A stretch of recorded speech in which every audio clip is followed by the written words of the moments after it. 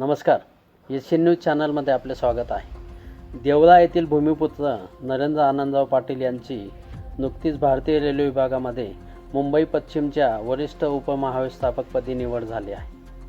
भारतीय रेल्वे वाहतूक सेवेत 1995च्या बॅचचे अधिकारी नरेंद्र पाटील यांनी 1 जानेवारी 2026 रोजी पश्चिम रेल्वेचे वरिष्ठ उपमहाव्यवस्थापक म्हणून कार्यभार स्वीकारला.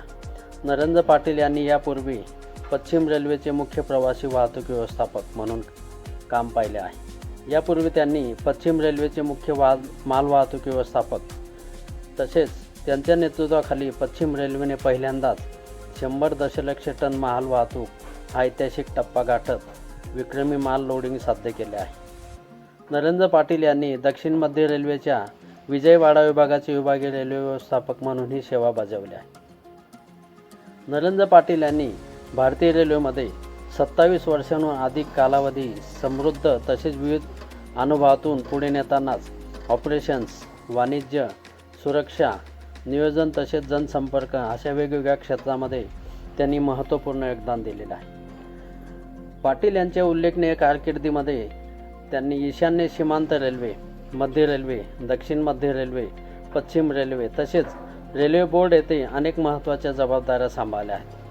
त्यांच्या प्रमुख नियुक्त्यांमध्ये मध्य रेल्वेचे मुख्य जनसंपर्क अधिकारी, रेल्वे बोर्ड येथे सार्वजनिक तक्रारी विभागामध्ये कार्यकारी संचालक, मुख्य वाहतूक नियोजन व्यवस्थापक, वरिष्ठ विभागीय वाणिज्य व्यवस्थापक तसेच वरिष्ठ विभागीय ऑपरेशन्स व्यवस्थापक आदींचा समावेश आहे.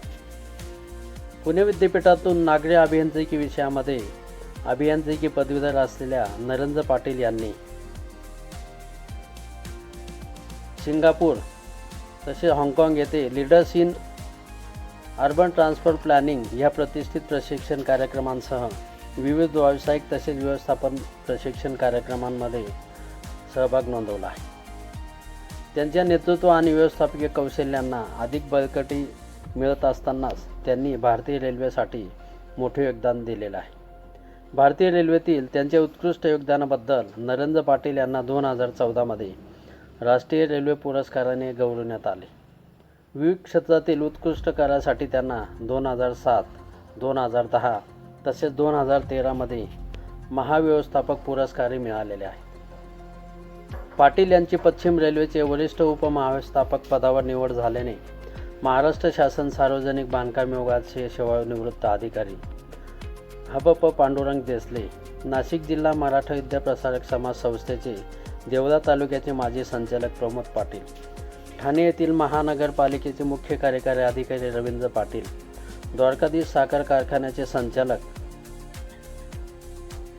तसेच संस्थापक अध्यक्ष आणि सामाजिक कार्यकर्ते शंकरराव सावंत, उपाध्यक्षा चंद्रकला सावंत, संचालक कैलास सावंत, कार्यकारी संचालक सचिन सावंत, राष्ट्रवादीचे नेते अशोक भामरे, निसर्गमित्र अरुण कुमार भामरे तसेच कसमादे परिसरातील नागरिकांनी त्यांचे अभिनंदन केले आहे.